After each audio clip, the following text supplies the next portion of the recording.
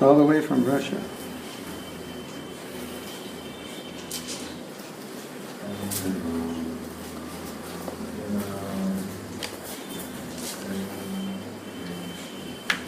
So we have a very interesting topic tonight.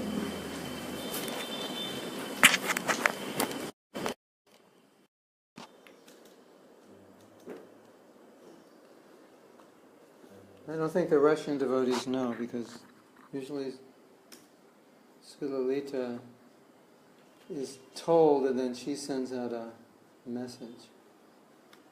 Today she go to Angelina first class because her sister is... Oh yeah. But I don't think the other Russians know.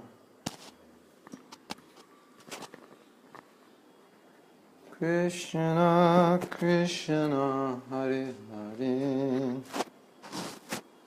Hare Rama, Hare Rama, Rama Rama, Hare Hare. Okay. Jai Prabhupada. Oh, we're already broadcasting. Wow.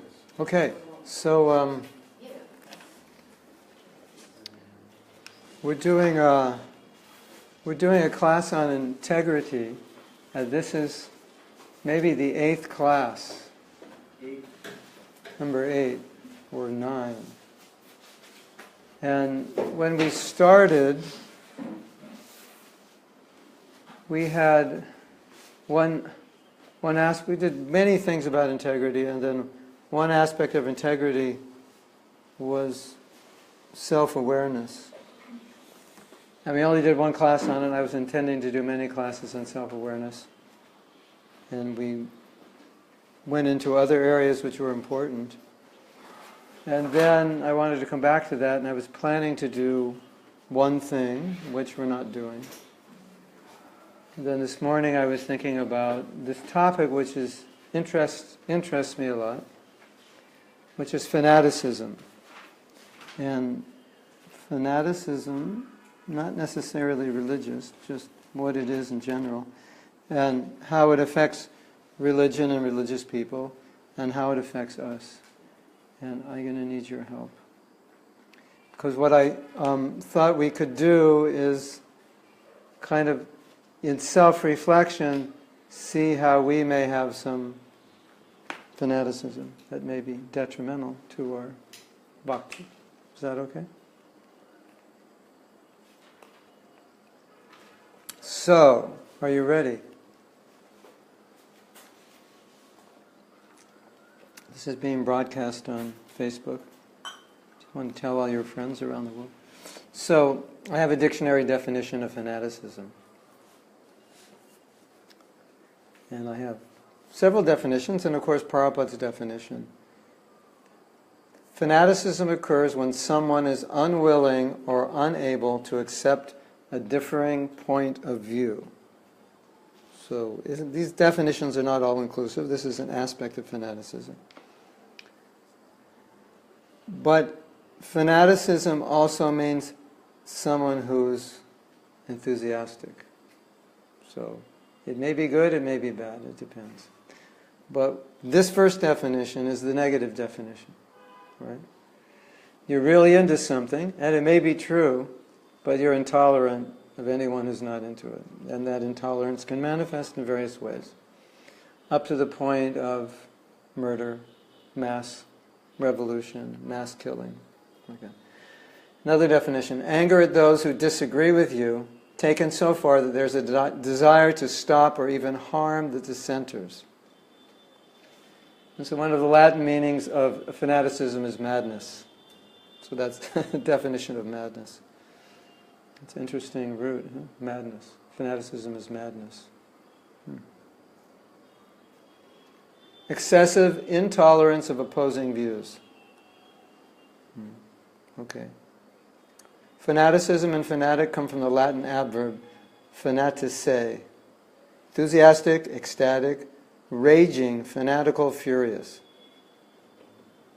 So you could understand that the more enthusiastic you are, combined with intolerance, the more raging, the more you could be angry, rageful, etc.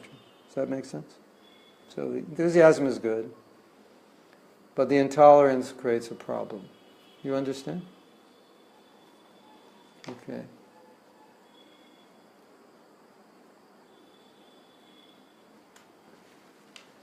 Now there's some more academic definitions, because if you go to universities don't like fanatics. They like people who make decisions based on critical thinking and research information. And so one connotation of a fanatic is they believe it whether it's true or not, and they don't necessarily need scientific proof. It's just that they believe it. Fanaticism is a belief or behavior involving uncritical zeal or with an obsessive enthusiasm. So here's more of the academic side. Uncritical zeal. You're enthusiastic? Why do you believe that? Because I do. Something like that. I believe it because I believe it. No. There may be some truth to that because you have experience of what you believe, but in the academic sense, this is considered uncritical zeal. The earth is flat because I feel it is. That's my sense of it. That's what I was taught. Something like that. Philosopher George Santayana defines fanaticism as redoubling your effort when you have forgotten your aim. Redoubling your effort when you have forgotten your aim. In other words, you're just into it, and you can't even remember why. So as I read these definitions, if you can relate to this, if you've ever done anything fanatical, then try to think of something. The fanatic displays very strict standards and little tolerance for contrary ideas or opinions. The most common place fanaticism, the most common and dangerous place we see fanaticism is in religion and politics. In sports, it's not so dangerous. Occasionally somebody gets slapped in the face if they're rooting for the wrong team, but it's not so dangerous. But politics and religion, it can become more dangerous.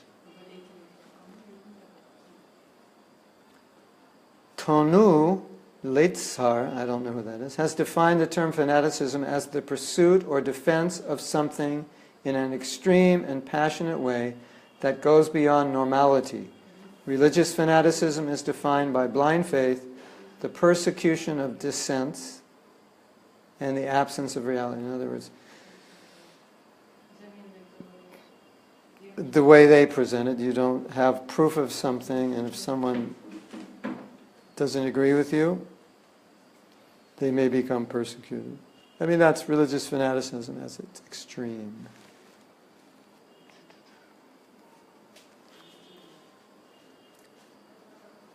In his book, Crazy Talk, Stupid Talk, Neil Postman states that the key to all fanatical beliefs is that they are self-confirming. Some beliefs are fanatical, not because they are false, but because they are expressed in such a way that it can never be shown to be false. How do you know it's true? Because I know it's true.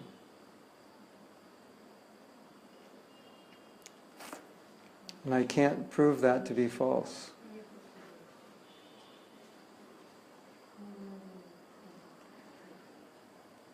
Okay, so now he talks about sports fanaticism.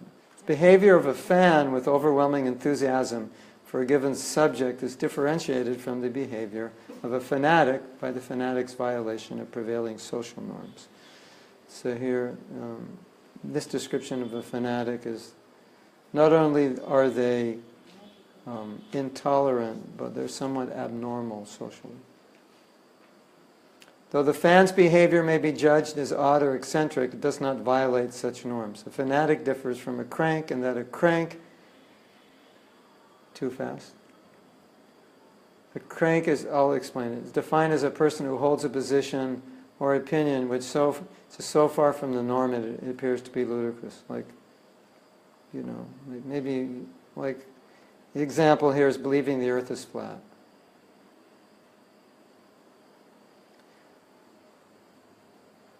A subject of the fanatic's obsession may be normal, such as interest in religion or politics, except that the scale of the person's involvement, devotion, or obsession with the activity or cause is abnormal or disproportionate to the average. Anyway, we all have experienced fanatics, and maybe we also have been fanatical, so I think we understand the idea. Does anyone not know what a fanatic is after this? And we're going to ask you when you've been fanatical, so we can bring this home a little bit.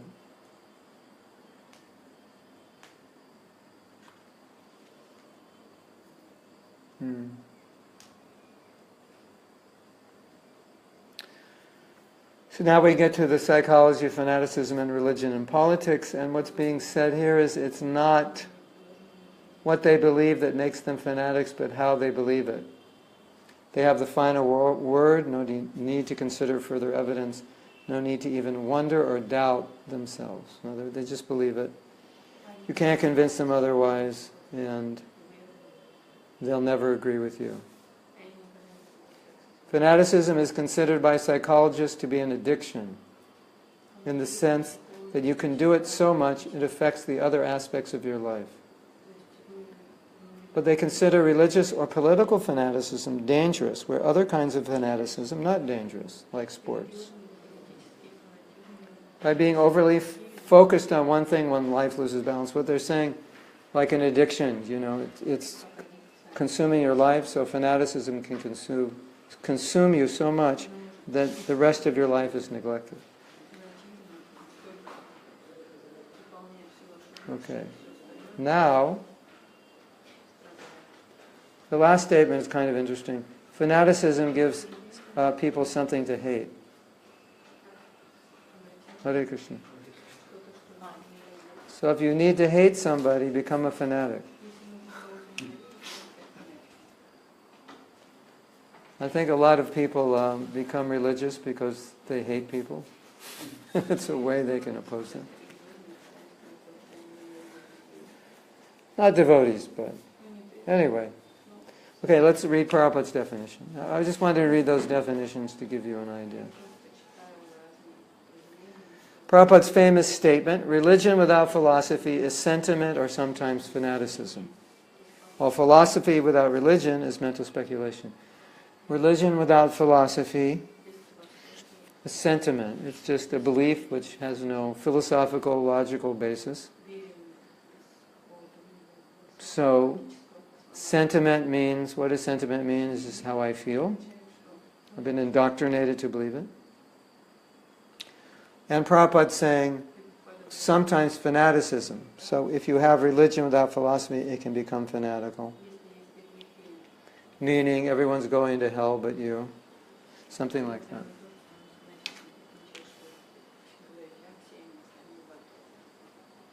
So then you might think, well, this doesn't affect the devotees because we have philosophy.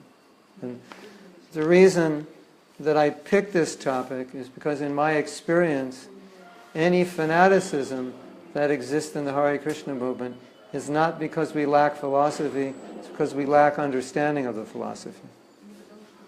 Sometimes we take things literal that are not meant to be taken literal. We don't know the context in which something, like we know too little to put it in context, so we have a very limited understanding. And because we have a limited understanding, we become fanatical about it, which means anyone who doesn't understand it in the same limited way I do is wrong. I mean, it's obvious when we look at other religions, especially Christianity, this is very clear. They have a very limited view of God and religion. Right? But the same thing happens in Krishna consciousness.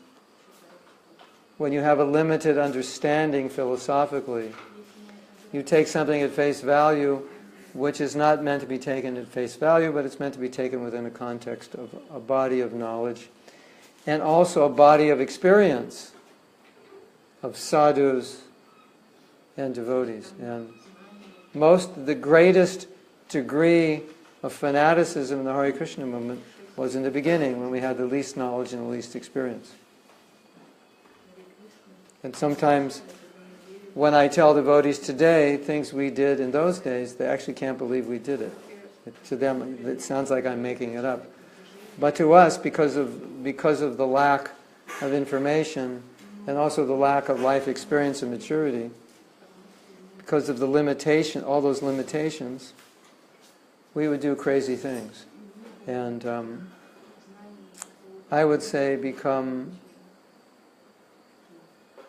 in a sense, everything, not everything, but many things we shouldn't have become.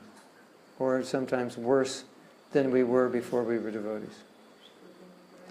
So we're going to talk about that, but a couple more things. Well, I'll read this again and we'll read some more things Prabhupada said. Religion without philosophy is sentiment, or sometimes fanaticism. This is just how I feel. The Krishna conscious movement is not blind religious fanaticism. So much of what Prabhupada wanted to communicate to the world is that Krishna consciousness is not like other religions who tell you to believe without logically explaining why. For example, you should believe if you don't believe in Jesus you will go to hell and burn forever. But I can't logically explain why a God who loves you would have you burn forever. So you just believe it. And don't question it, because that's a lack of faith, and if you question it, you might end up not believing it. So that's... Prabhupada understood that in preaching Krishna consciousness in the West, this is what people think of religion. And so he emphasized Krishna consciousness is not sentimental, it's not dogmatic, it's not blind faith. Because he wanted to appeal to people's intelligence, to people's logical faculties. So he was very careful to explain that. As he explained here, not blind religious fanaticism. And what did Prabhupada mean by blind religious fanaticism? You can't explain why it's true, it doesn't make sense, but you blindly accept it.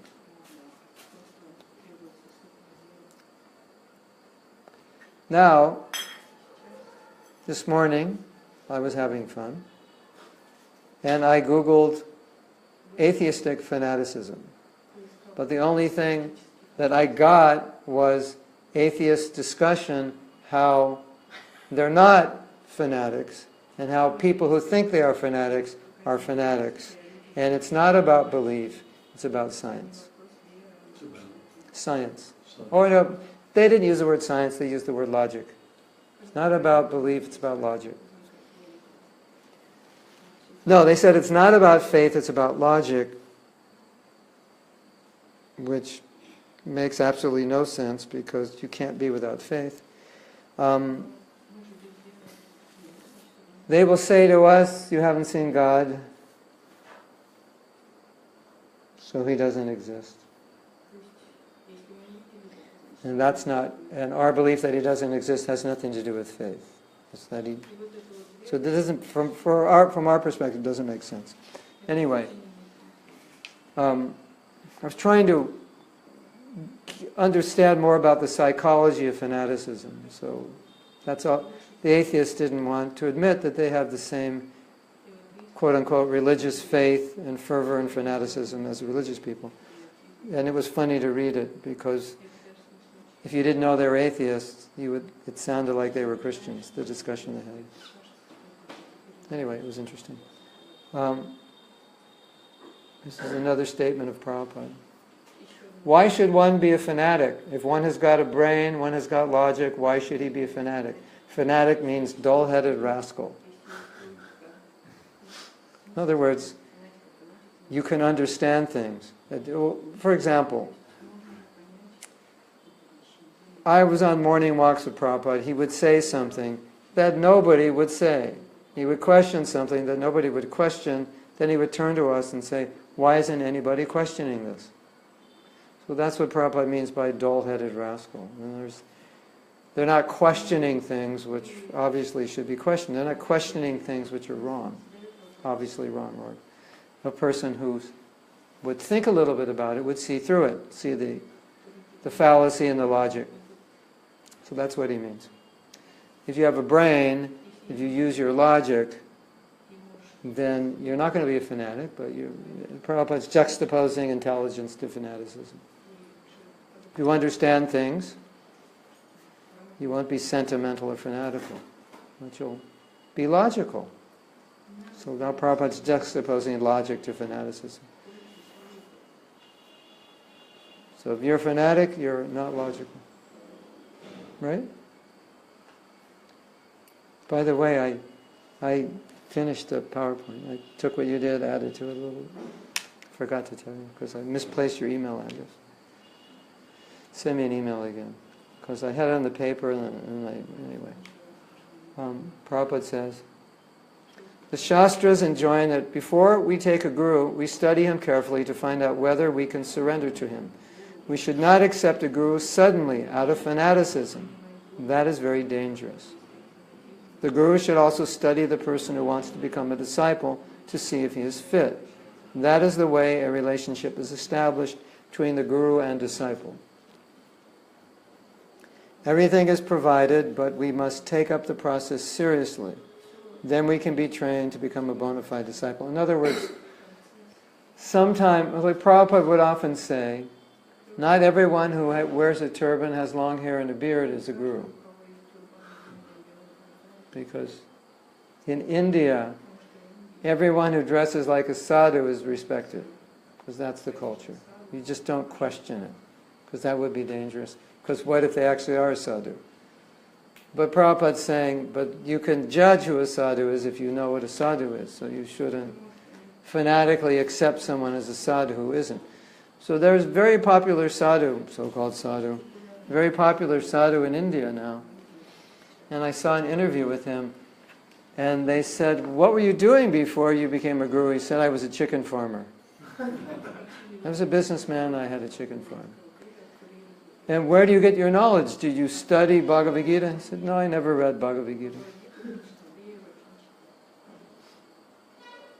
So, but when I hear him speak, then I get mesmerized, and then I fanatically think that he's guru. That's what Prabhupada's point is. It's a feeling that's not based on something substantial. Does he have a guru? Does he follow a bona fide disciplic succession? Does he actually live what he teaches? Does he have any girlfriends we don't know about? If you do statistical research, the chances are probably higher he does than he doesn't. Sometimes people would say to Prabhupada, what about bad gurus? Prabhupada would say, why are you asking me? He said, because you're bona fide. Prabhupada would say, how do you know I am? So he'd make that point. Don't be sentimental. How do you know I'm a bona fide guru? Right? So he's trying to make the point. You have to know, based on Shastra and logic, who is a guru, not based on sentiment.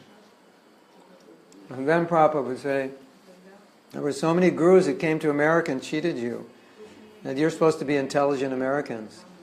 And you got cheated again and again by so many so-called gurus.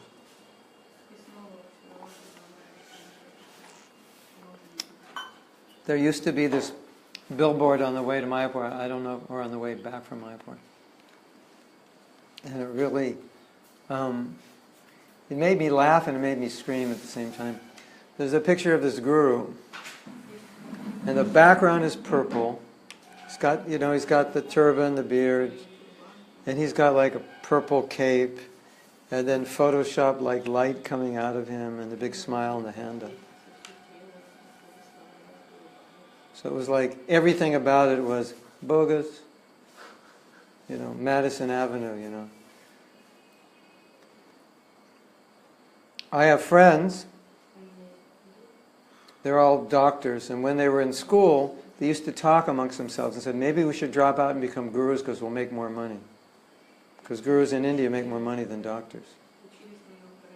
So, we'll dress you up, we'll tell you what to say. So that's Prabhupada's point here.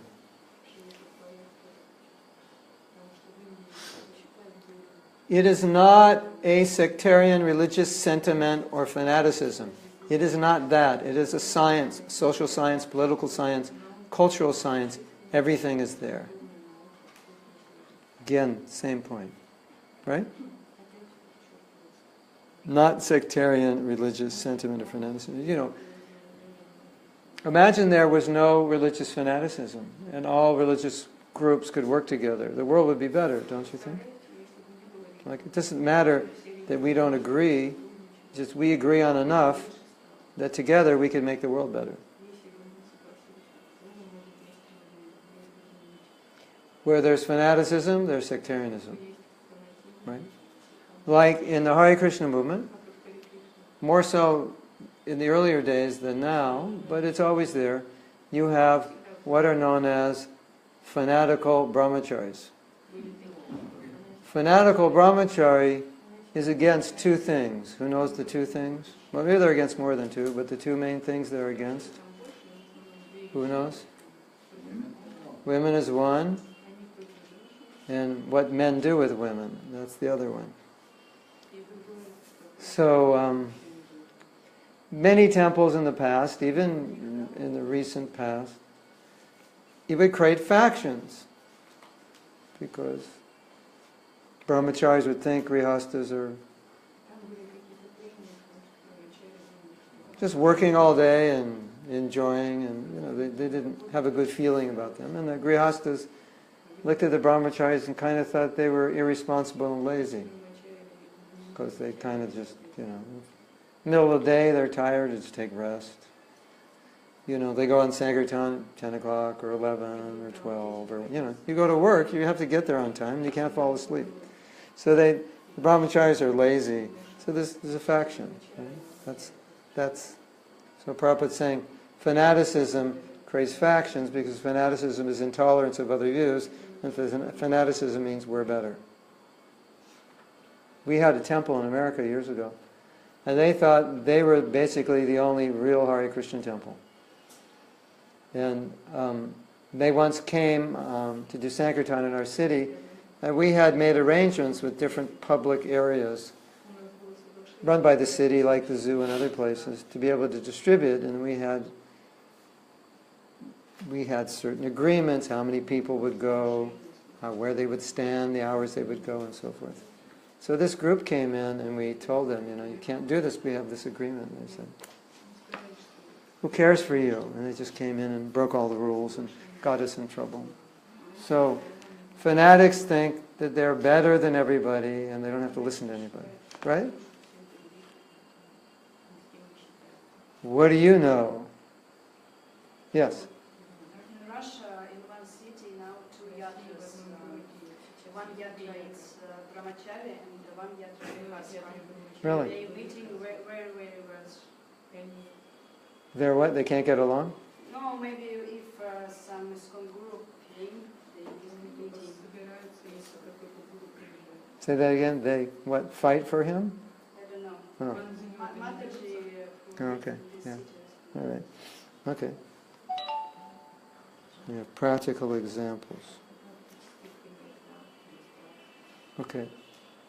So, it's time for some comedy. And after I give you the comedy, well, hold on a second. I want to read something that's very interesting. There's another kind of fanaticism which is a little more rare, and this is called a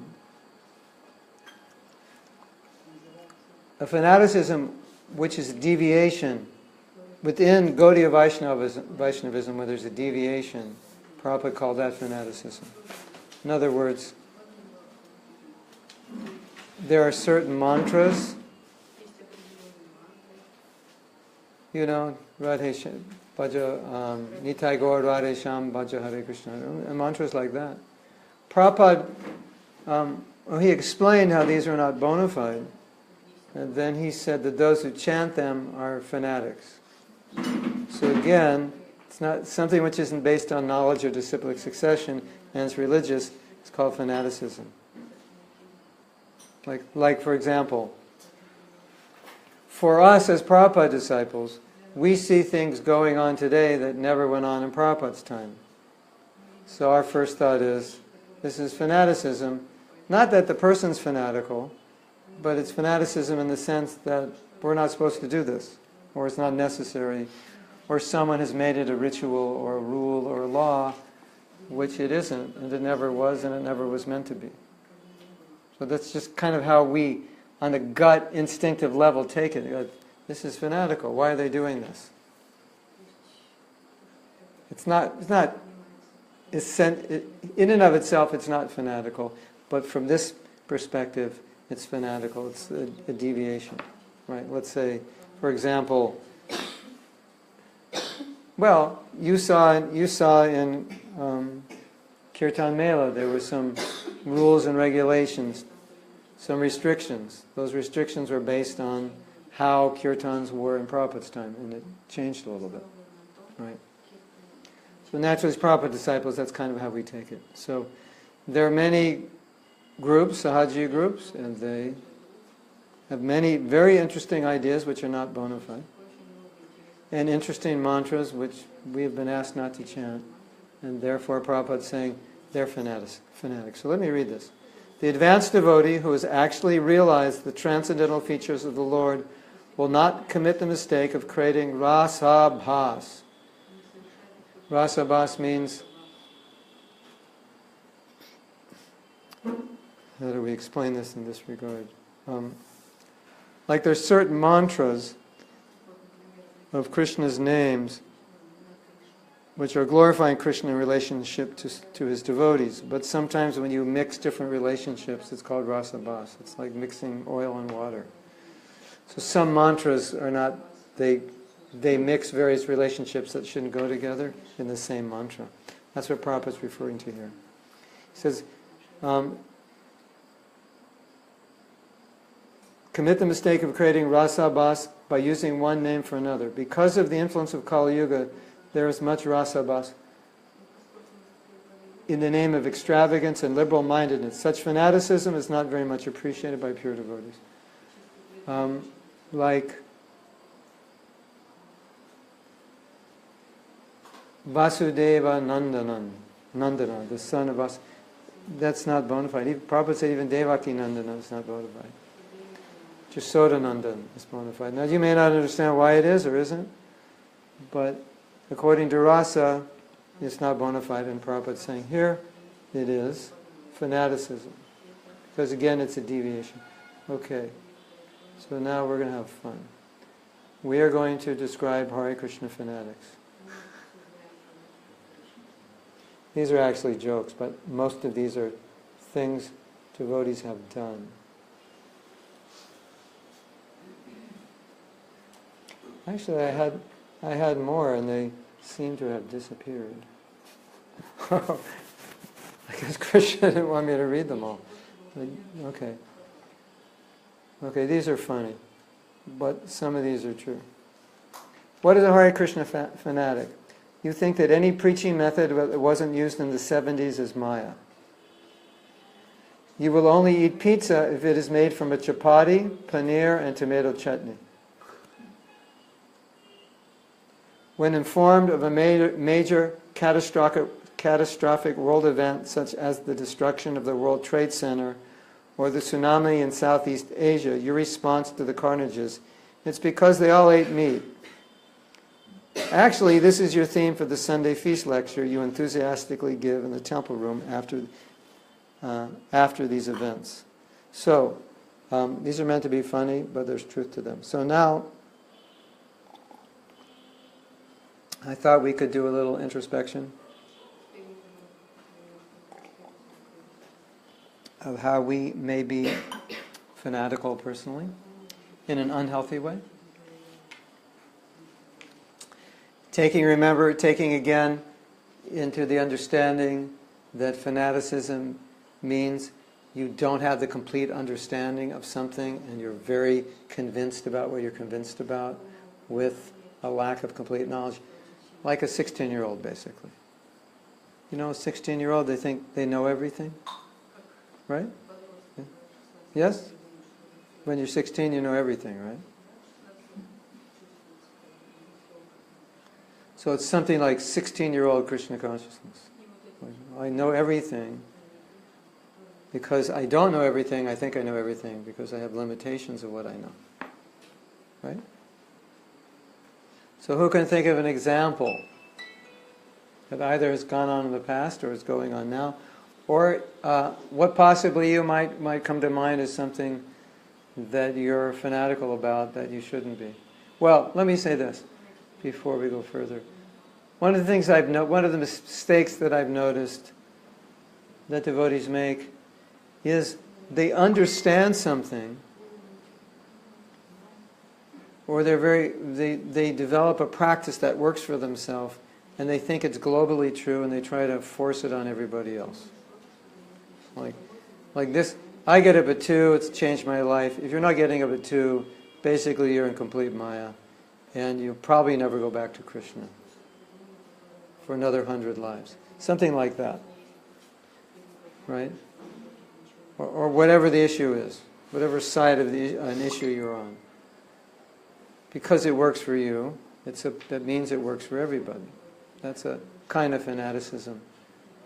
That isn't fanaticism, but becomes fanaticism when you apply it to the world. Because it works for you, and you've understood this. Then you think that's everyone's understanding. It may be and it may not be. But what I'm referring to, when it's just your realization, and not necessarily applying to other people. Right? Well, I'll give you an example.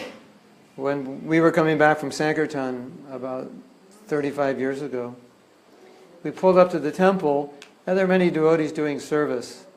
And one of the Sankirtan devotees said, I can't understand how anyone who doesn't go out on Sankirtan could become Krishna conscious. That was, because she was so purified and inspired by book distribution. That was her realization. Which would be a dangerous realization to relate if you give a Bhagavatam class, right? Which would come out as follows. My dear devotees, you can't be Krishna conscious if you don't distribute Prabhupada's books. Did Prabhupada ever say that? No. But that's my realization, and as a fanatic I say it. Yes? Sounds like arrogance, pride. Why we call it? No. I'm trying to understand. No, it was she's not proud. She's not proud. That was just how she felt. Personal realization. Had nothing to do with pride. Because she said, I know they're all good devotees and everything, but I just can't understand how they can be Krishna conscious unless they go out on Sankirtan. Because she's so Krishna conscious going out on Sankirtan. Right at that same time, Prabhupada told the head Pujari, you'll go back to Godhead for taking care of the deities. Right? Now, if you study Prabhupada's letters carefully, you will see there are about 6 things that Prabhupada said are the most important things.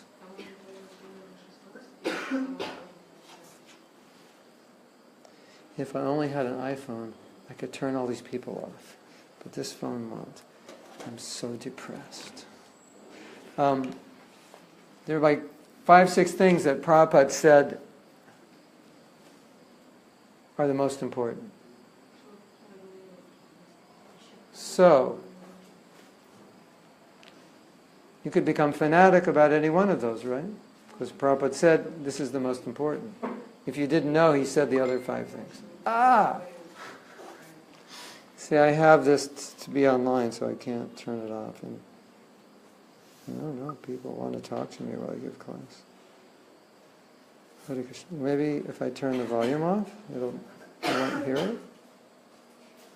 Maybe if I put it on vibrate, yeah, that's smart. Okay.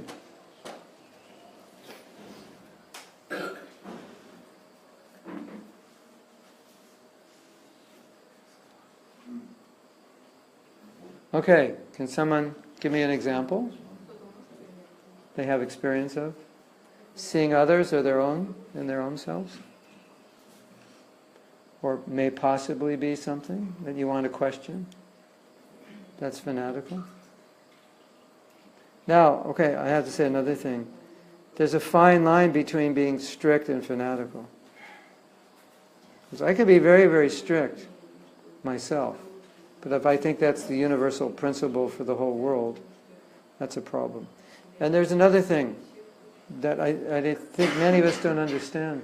There are many, many people who want to be Krishna conscious, who don't want to dress like this, who don't want to be part of a religious organization.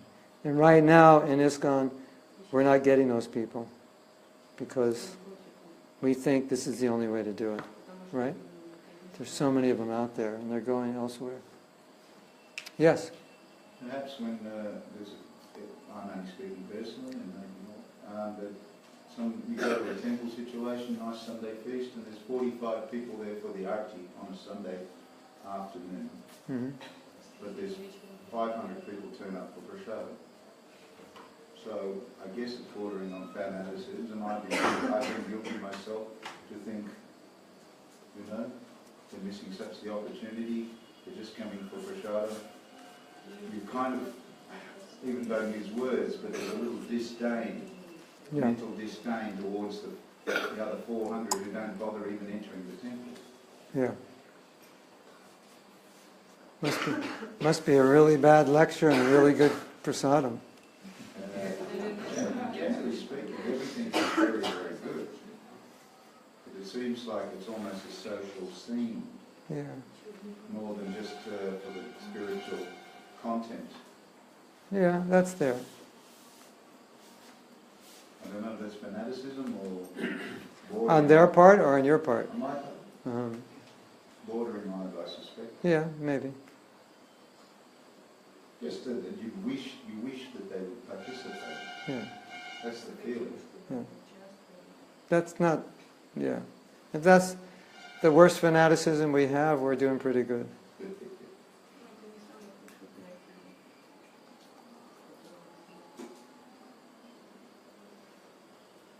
Who else?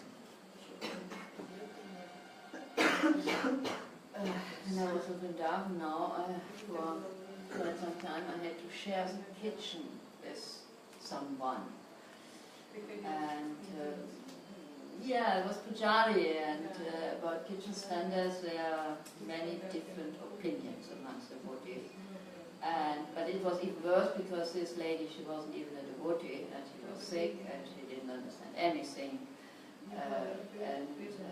So I really had to fight with myself. So first day I told her, so you see, these are Krishna bowls and eating bowls you keep there, and things like this. I didn't know she wasn't a devotee. And she was entering kitchen with shoes and all these things, and it was really... And I was asking myself, so it's good to be strict for myself, but what can I expect from her? What can I demand from her? And it was really a fight, an inner fight. I didn't fight with her. Yeah, but it was really inner fight, so I had to... I'm not yet really sure about.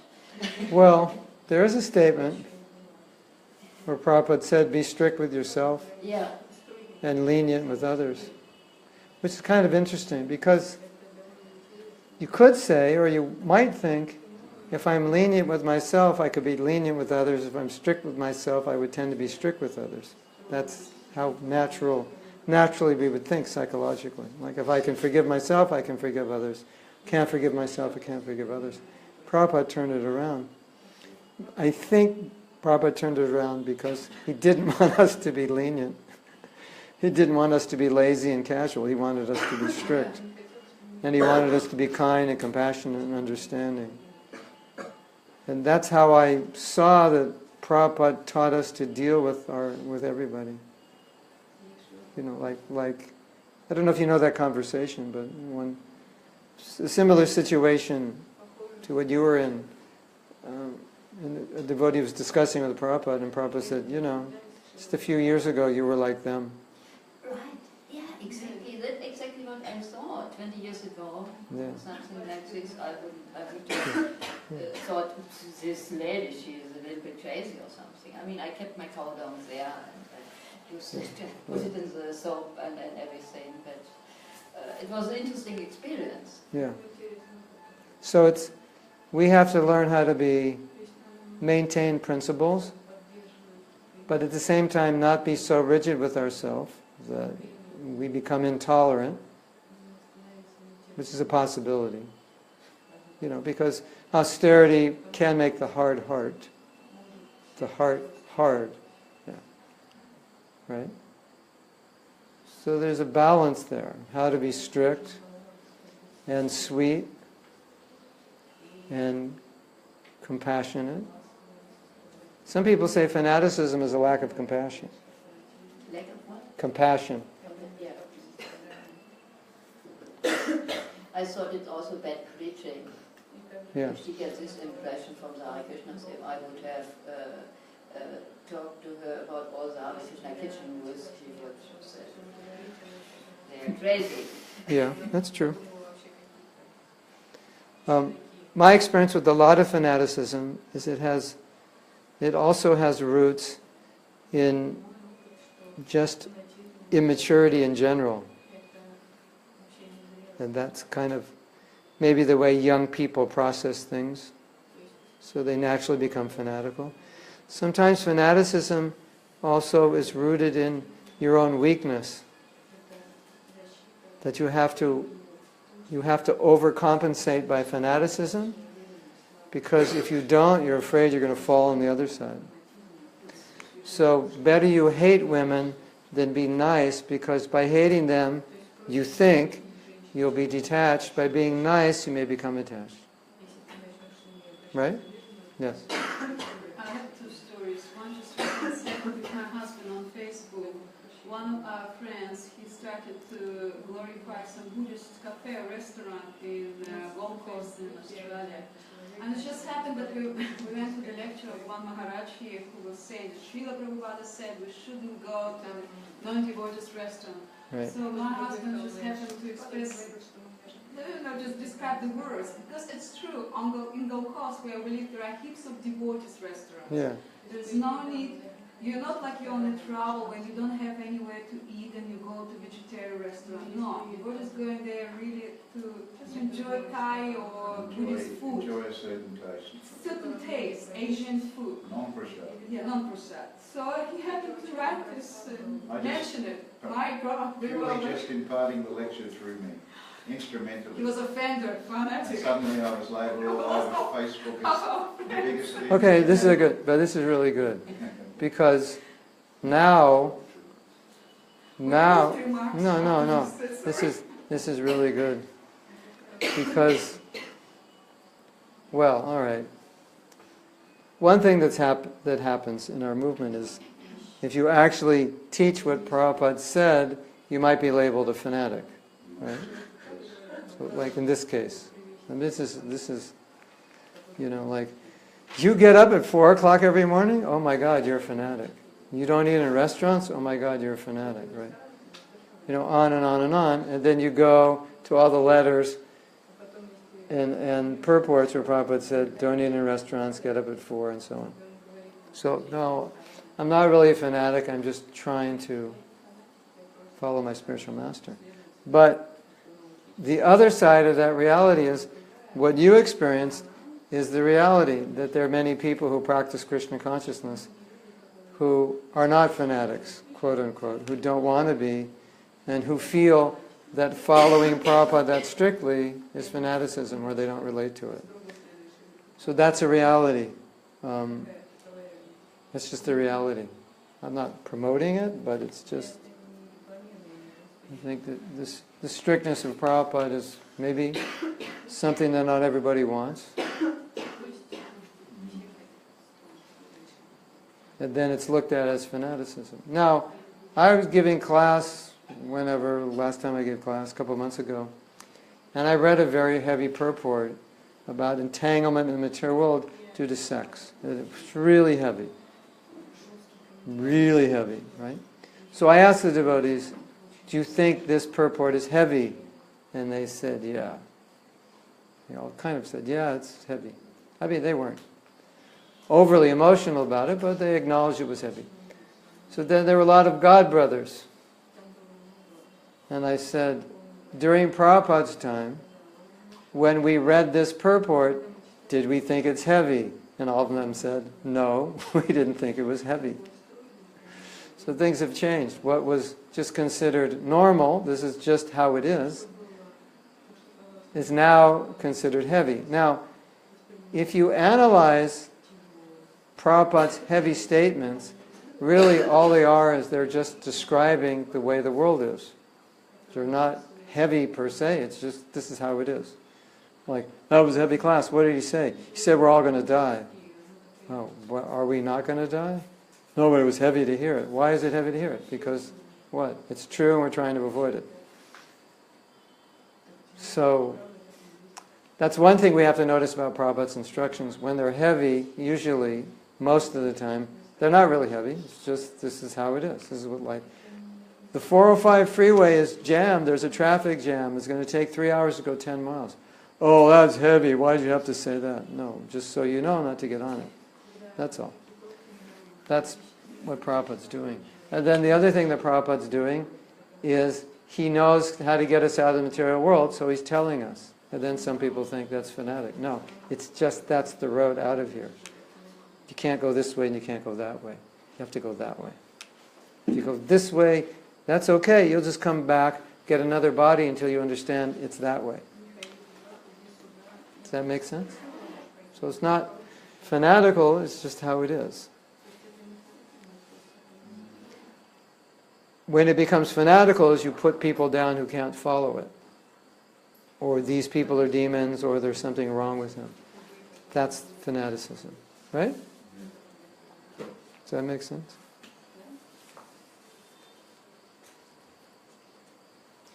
Just Yes. there was just a discussion about Ekadashi again, what to eat on Ekadashi flour and some are very strong and you can do it but just twice a month and you just fast Nirjal and so on and so on. And as far as I heard, Srila Prabhupada never mentioned we have to do this. Oh, Nirjal? Nirjal No. fasting. So, and it was interesting to see because this topic is coming up again and again. Yeah. I think there's a difference between enthusiasm and fanaticism. Because certainly we can say Prabhupada was enthusiastic. But they told Prabhupada there was corn syrup or cornstarch in something on Ekadasi, and all he said was, we're not fanatics. And he ate it. On different occasions there were certain things that we consider contaminated, and Prabhupada said in Kali Yuga everything's contaminated. And when we missed Ekadasi, he said, then do it the next day, which astrologically you wouldn't do. So, Hridayananda Maharaj pointed out an interesting point. If you study history, that the followers of any great teacher were always more fanatical than the teacher. I mean, look at Christianity today. You think... I wanted to make a movie. Jesus walks into church and he's like in a state of shock. And they're quoting him and he's turning to the guy next to him and says, I never said that. In some sense, that fanaticism, as long as it's not too extreme, is actually a form of flattery of the spiritual teacher to uphold the highest principles of his words, deeds, actions. The disciples try to uphold them in every letter of the way, and it comes across as fanatical, but it's a desire to sort of not water things down. Yeah, the motive may be good, Maybe. Yeah. but they may become more fanatical than him. So they're actually, if you become more fanatical than your guru, you're not representing him. I mean, I've seen that in my own life. Sometimes I'll say something, and then one of my disciples will see another disciple not following it, and then get heavy, and then create some friction. In this sense, sort of the lack of maturity in time, place, and circumstance.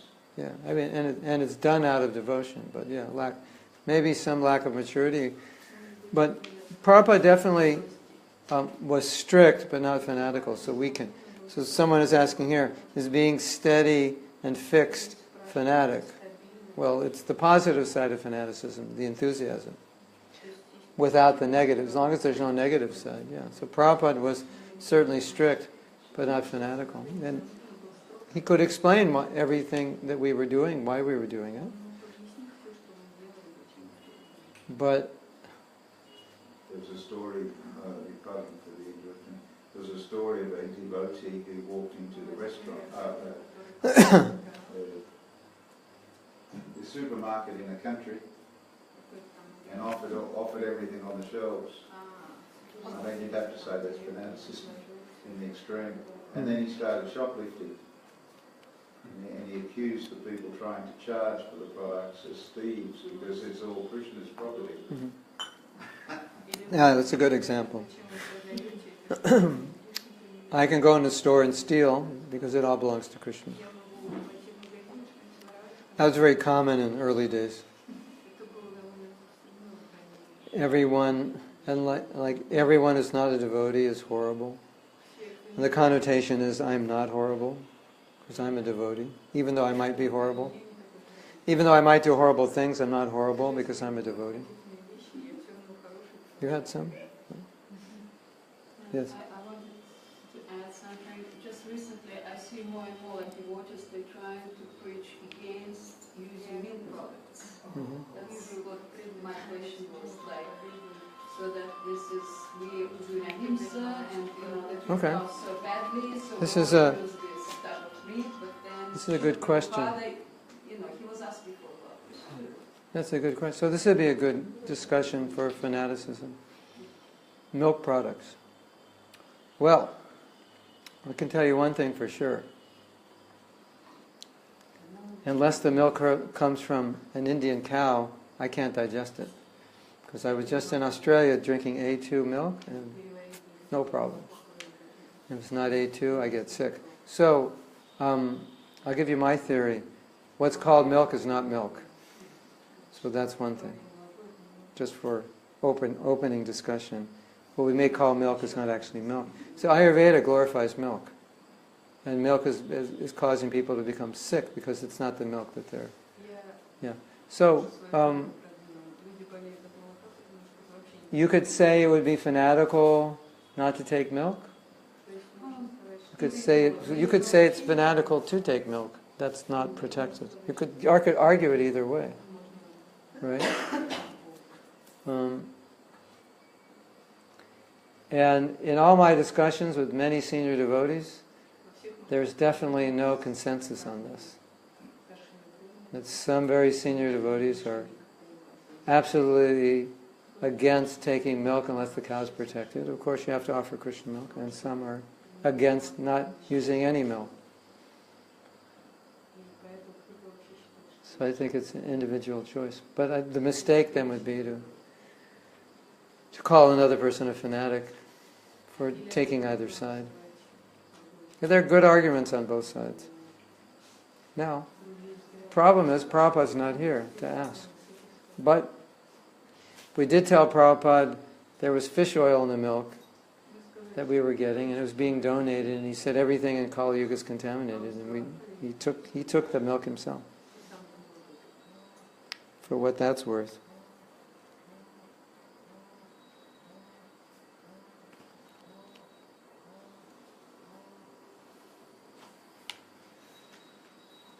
I don't know if I answered your question, but the best answer I can give is we should protect cows. There's no better answer than that. That's the only reason I don't like the other argument is because then it doesn't require us to protect cows. Just take milk anywhere. I don't know what Prabhupada would say. You have to use milk to worship the deity, but I mean Prabhupada did say, he said we should have our own milk and supply all the temples with milk and ghee from our farms. That's what his desire was. So that's ideal. Yes? You had... Я услышал дискуссию по поводу фанатизма. К выводу прихожу, что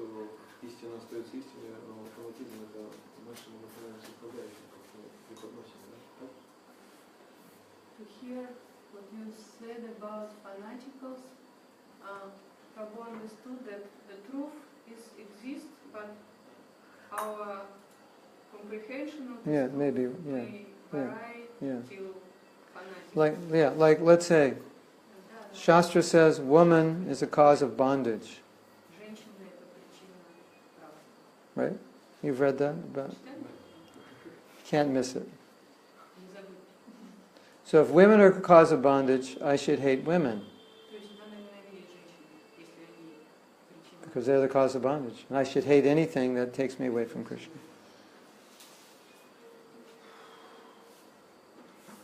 Right? Or there's a woman and she gets in an accident and she needs help, but I shouldn't help her because I might get attached to her. So better let her die, because at least that way I'll go back to Godhead even though she does. And I'll chant Hare Krishna in her ear. Because Shastra says woman is the cause of bondage and I shouldn't associate intimately. Right? Something, of course, we're joking, but that's the idea. That you don't understand. You understand what it means, but you don't know how to apply it in a balanced way. So you apply it in a strange way.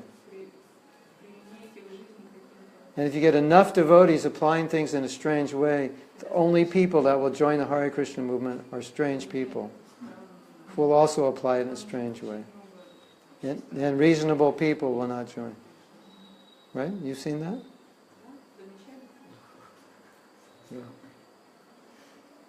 I'm also strange. Yeah. Well, that's part of, as you get older, you get less strange. As you meet and also have association with more senior devotees, you understand things better. Right? Just like we saw in America, we did many crazy things, and then we realized they were crazy. But America started before other countries. So then, like when Krishna consciousness started taking off in Russia, then we watched the Russians doing all the crazy things we did when we were younger, but we couldn't tell them they were crazy because they thought we were crazy to tell them that was crazy. So they made the same mistakes, but it was like 10 or 20 years later. And now you're realizing the mistakes you made 20 years after we realized it. So that's part of growing up. Yes? I guess the term fanaticism can also be termed many things. One thing could be crazy. Crazy being a little bit off edge mentally.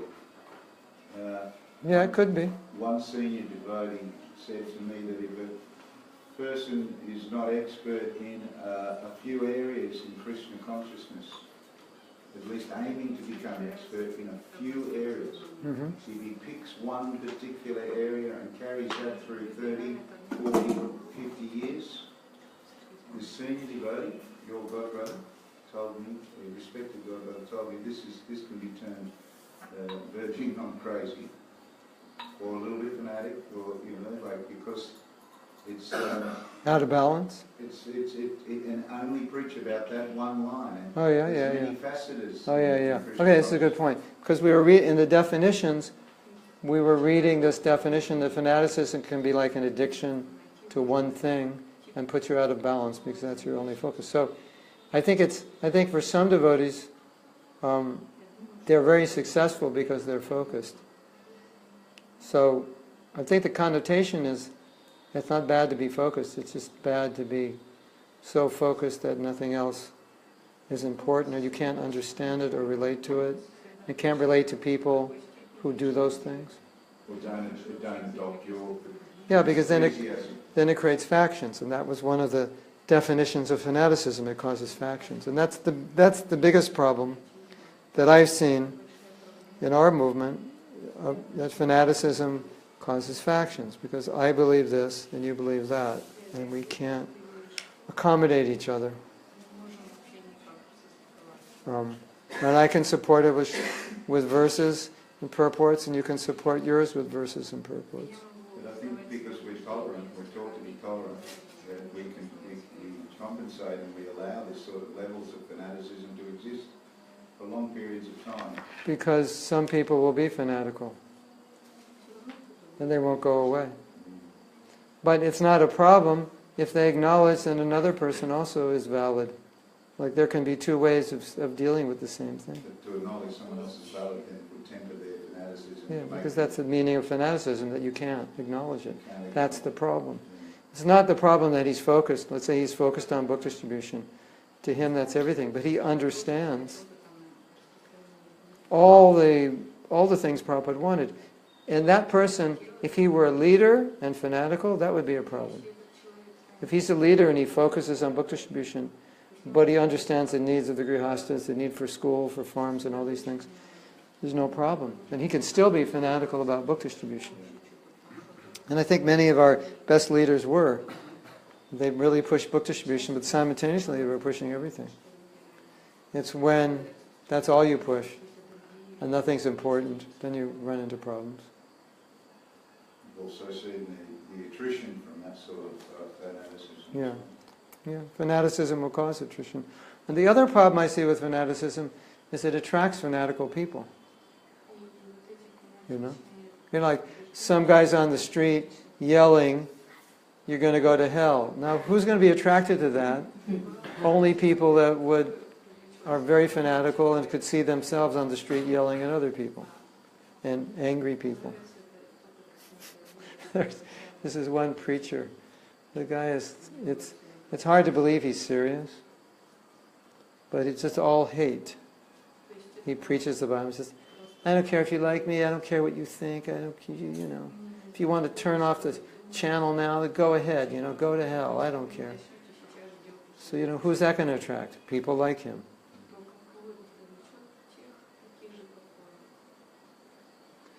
So the reason I wanted to bring this up is so we could introspect a little bit and see areas of our life we may be fanatical, which means we can't understand other people's perspectives.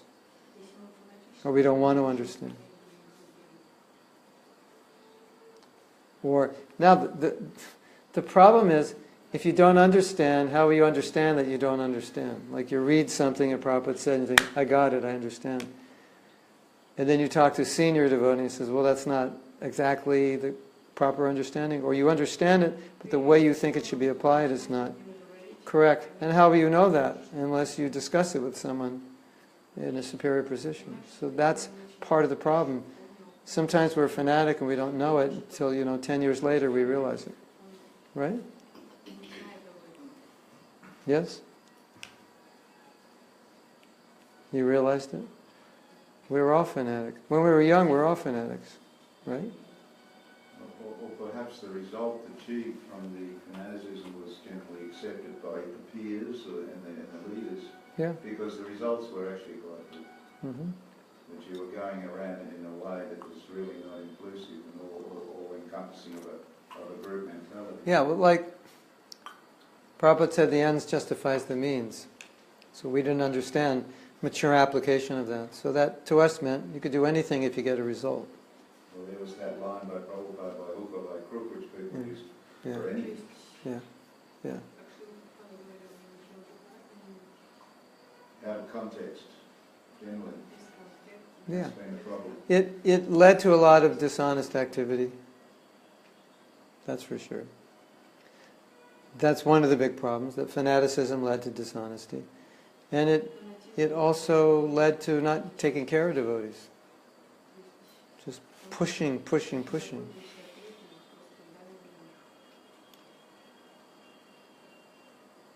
And it led to not building a stable social structure. We're even seeing that as Maya. And neglecting needs, physical, emotional needs. The leaders could have been accused, and I'm not here to downgrade or denigrate because I'm very hopeful for the future of our movement, but they could have been accused of the line, money is the honey, Yeah. as being the leaders could have been accused of actually sort of a leadership fanaticism. Yeah. Just accepted, but just by accepting. And not really, like you say, caring for the individual. Yeah. Well, they were young. Yeah. That's part of the problem. I was just thinking today that, and I've said this before, I think Prabhupada expected more of his leaders, more maturity. And when devotees were not happy, the leaders, often who were making them unhappy, were doing what they thought was best. And Prabhupada was very upset that they weren't sensitive to devotees' needs. And I think Prabhupada assumed that any leader would be. But in trying to achieve our goals, sometimes we use people.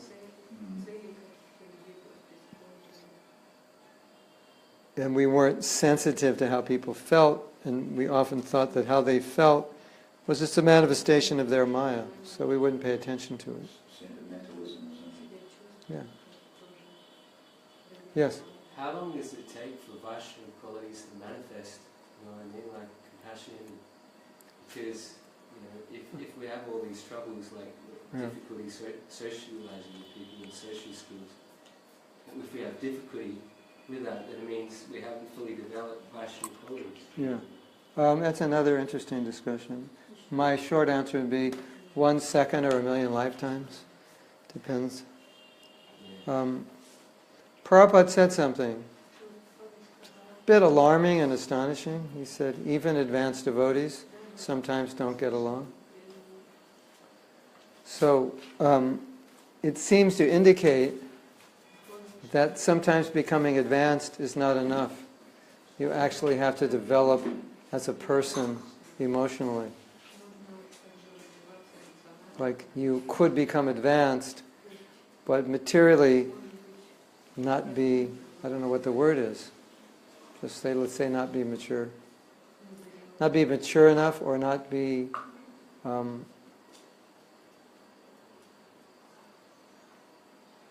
evolved in a certain aspect of your life. As evolved as maybe someone who's not as advanced, who's more evolved in certain areas. Have you noticed that some people, when they become devotees, are very selfless from the first day? And some people who've been around a long time are still a bit selfish? Have you noticed that? I don't understand. Yeah, it's because this isn't the first life. We're not coming in fresh. So that's been cultivated. Now, it may be that that person's selfless, not because of their Krishna consciousness, but because of their nature. And, you know, maybe they're very pious.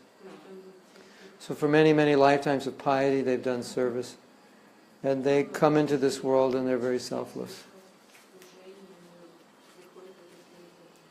I've seen it all the time. And I've even seen very senior devotees talk about disciples who are so selfless that they said, I will never be as selfless. In this life, it's not possible I could be as selfless as this person was before they even became a devotee. Isn't that interesting? So it's better to kind of look at it in comparison to where you were when you joined and where you are now and where you will be, rather than as a global standard for all of us. That we're competing against ourselves. And therefore, my personal opinion, I don't know if everyone would agree, but my personal opinion is, in addition to all the devotional practices, if you want to develop any particular quality, which would naturally develop on a higher level, if you want to develop it on a lower level, you have to actually focus on it and practice it and work on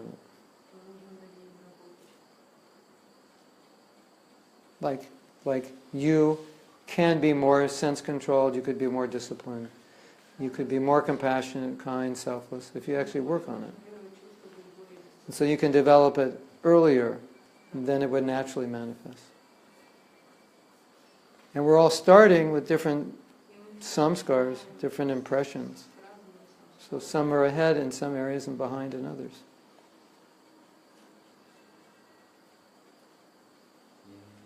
Yes? Controversial statement. Couldn't Prabhupada be concerned fanatic, especially when he wanted to double the prints of his books? Let's double the production of his books, for example. Yeah. They were flat. Well, it's an interesting question. He's asking, or some of the things that Prabhupada wanted and had us do, considered fanatical. I think in today's environment they would be much more fanatical than in that environment. Because in that environment it was actually possible. And the devotees were willing to do it. Because of their connection to Prabhupada and their love. So,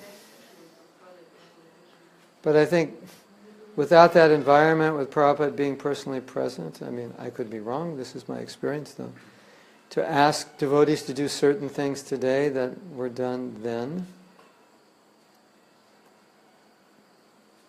would be fanatical.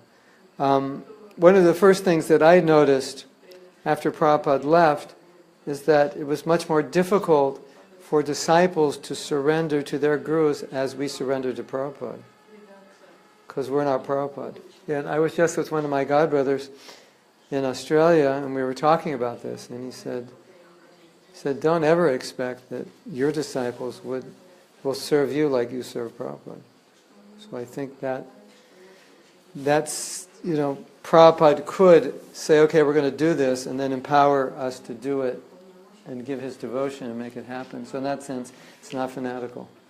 I'd say it would be more fanatical to expect certain things, perhaps, of people who are incapable of doing it. I think part of fanaticism is to deny reality, that this is how it is, that people have certain limitations. And willingly, they may go beyond those limitations, but it has to come from them. What we expect of people, we may have fanatical expectations. Acceptance of where people are at, that Prabhupada also was very accepting. So I think that's part of not being fanatical, is being accepting. And more as I preach around the world and do my service as spiritual master and see where people are coming from, not coming out of temples, but coming out of material life and joining at the age of 30 or 40, it's a much different, expectations are much different. And the whole, the way they adopt Krishna consciousness and how they live the culture, it's much different. They don't live the culture that much. They live their culture. And they like Krishna consciousness. They like kirtan, they like certain principles. And that's why I was saying that there's a world out there of people who really don't want to be part of a religious movement, who would like Krishna consciousness if it was presented in that context. I have one question to what you just said. The point being that many have said that if a person doesn't get the training in a brahmachari ashram for at least 2 to 5 years, they'll never quite get Krishna consciousness on a deep enough level to sustain them throughout their life. No, I don't agree with that. So that comment in itself you might consider fanatic? Actually, the opposite is more true. What I've seen, I haven't done statistical research, but one of the things, there's 2 ways of looking at it. Number one, they could get the training if the leadership gave it to them. And so they would say they would get the same kind of training you get in a temple. That could be done. But one thing I've noticed is that people who do it in the world, usually 10 to 15 years down the line, they're better off than most people who moved in temples and then went out and fell on their face because they could only do it in a temple. And when they left that security of the temple, they had a really hard time. Whereas these people doing it outside, to be able to do it, they're actually stronger. Facing a lot of different people. I know. When I decided to become a devotee, so I told my parents, and it meant dropping out of university. And they said, well, why don't you just do it? We're okay that you do it, but why don't you just stay in school? And I was like, there's no way. If I stay in school, there's no way I could follow the 4 Bhagavad principles. That was my personal feeling. And I wasn't even following all of them strictly until I moved in the temple. And I knew the day I moved in the temple, that's it. No more of the 4 Bhagavad principles. It's over. But until I moved in, I couldn't perfectly follow. And people are living outside following. That's amazing. And I think, you look 20 years from now, who are the strongest? And I don't think it's going to be the people necessarily that got trained in the ashram. That all depends whether those people outside following are actually following. Yeah. Well, many of them are, because you have good training in many places. Some places no, but many places yes. And you have, the internet. Everything's on the internet. You have access to so much. But I think one of the important considerations when we talk about fanaticism is the potential it has to divide. And so, if something that I believe strongly in causes a division between you and me, or sections of a temple or the movement, we have to call that fanaticism. Because by definition, that's what fanaticism does, it divides. Because of intolerance. There seems to be a level of fanaticism even in general communities, like even where I'm from. I don't have to say where I'm from, but others may agree or disagree that you've got those who live in the temple compound. Yeah. Grihastas may live on a property. Yeah. I'm talking farming community. Right. And then immediately you're 5 minutes away and it's us and them. Yeah. We're serving the same deity. We're driving in cars to the Mangalati. They may be walking. But there's this us and them mentality. It's always been there. That's religious fanaticism. It's like an invisible... At its best. Invisible barrier or something. To the inner sanctum. It seems as Well, if it may be, sometimes, I'm not saying there, but sometimes it may be an insecurity in our own bhakti, and then we have to put someone down to make ourselves feel better, when in fact we're not. Yes? Something similar came to my mind if we become fanatic about certain aspects of our service or principles, rules or whatever. It might be just because we need it for our first ego. Yes, I'm really good in this, I'm really strict in this, I follow this, because in other aspects I might not be so good, I might not follow so strictly, and so on and so on. And then at least this field I'm really good. And this is the most important then for me, of course, and the other aspects I'm So not you're so saying important anymore. you're saying I'm good at this, and I have to acknowledge that I'm better than others? Yeah. And that way I feel more self-confident. I feel better about myself, more proud. Yeah. That's part of it, definitely. And at least in various Christian movements, I can see that putting down of other faiths is the way that they keep their faith. And so they're very afraid. Many of them are afraid to acknowledge there's truth in other religions because they've been told there isn't, and that would break their faith. So it could be similar also. Faith in yourself. And as the movement evolves and matures, we could consider that fanaticism that caused some problems to be a way of keeping the faith because they weren't so sure anyway. Yeah. They were hanging on. Yeah. They were pretty much coming from a pretty faithless background and a pretty disorientated person group. Where do they fit in? Mainstream, outside, spiritual group? Well, it's true, but it's never the way Prabhupada did it. And Prabhupada didn't want us to force people. Now, we may have forced people. You could say he wanted us to force people only through knowledge, but let them make their own decision. And sometimes when a manager would complain to Prabhupada that it's hard to get somebody to do something, he would always say it's a volunteer movement, so you have to inspire them, because you can't force them. So I think that's important. I mean, in some cases, Prabhupada's working with his right-hand man, and they just have to do what they have to do. But in general, it was always the force was through knowledge, and then letting them decide. That if we do that, we're safe. Then we can be fanatic, because we're just laying it on the line. This is this, now you decide. What do you want to do?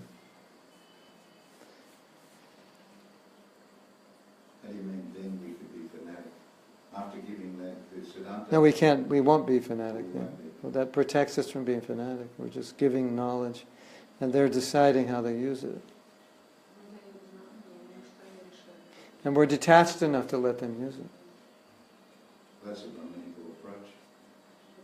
Just, many leaders' meeting results are often in the Satriya Vaishya sort of mentality. Yeah. They'll give the Siddhanta, but they'll give the enthusiasm for the result. And sometimes it's okay, but it has to be in consideration It's of called persuasion. people's ability. Yeah. Yeah. But you know, Varnashram means now how do you fit in there? Where's your inspiration? Here's the vision, where's your inspiration? Or even better, you contribute to the vision. That's empowerment. That's something. Yeah, that's empowerment. And it's more unifying. Yeah. At least what I've seen in the early days of ISKCON, wherever there could be a division, there was. Men, women, married, not married, senior, wherever there were we made divisions. That was just how we were. So, good management is unification. Acceptance. Wasn't it true, just the black people in America? Were there a few? Were there many? There was no divisions there. That was one thing that they overcome, wasn't it? The bodily designation.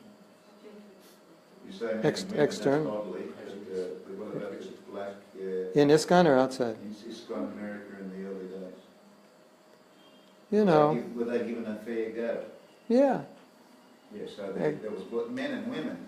But, you'd have to ask the black devotees how they felt. Yeah. I think some of them did feel maybe they were second class. Yeah, still could have been, right? Okay. I don't know, I'd have to ask them. Bhakti Tirtha Maharaj felt it, I know that. He did feel it, didn't he? He told Prabhupada he felt it.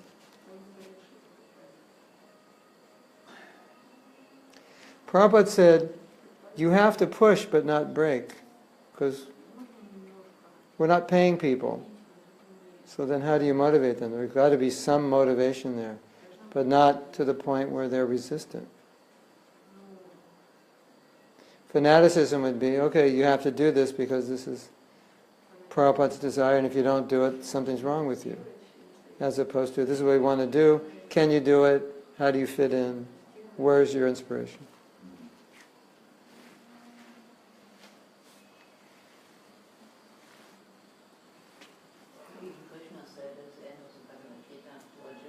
Yeah. I gave you everything. Yeah. Now you decide what to do. You select. Do what you want to do. He's not even forcing. He's the original black guy too. We are taught we're not the body. Is that being fanatic? When we feel pain and pleasure? No, you feel pain and pleasure. Is being enthusiastic and eager to serve devotees of Krishna being fanatic? No, that's good. Fanatically serve them.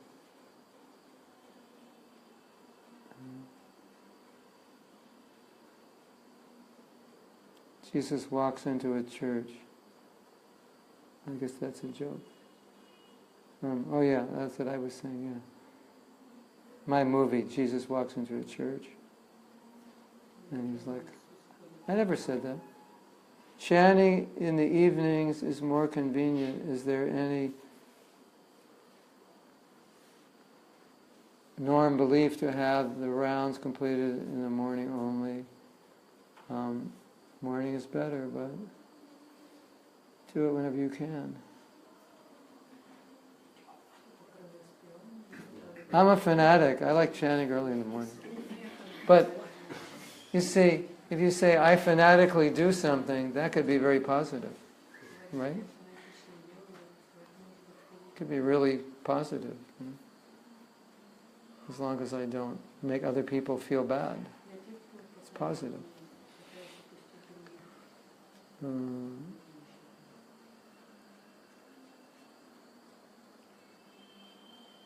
Finish rounds in early morning, yeah. Okay, so It's 7:30 and all is well. We'll let all the fanatics go home. Scream at their wives. Scream at their kids. Wake everybody up at 2 a.m. Don't give them breakfast if they don't go to Mangalarti.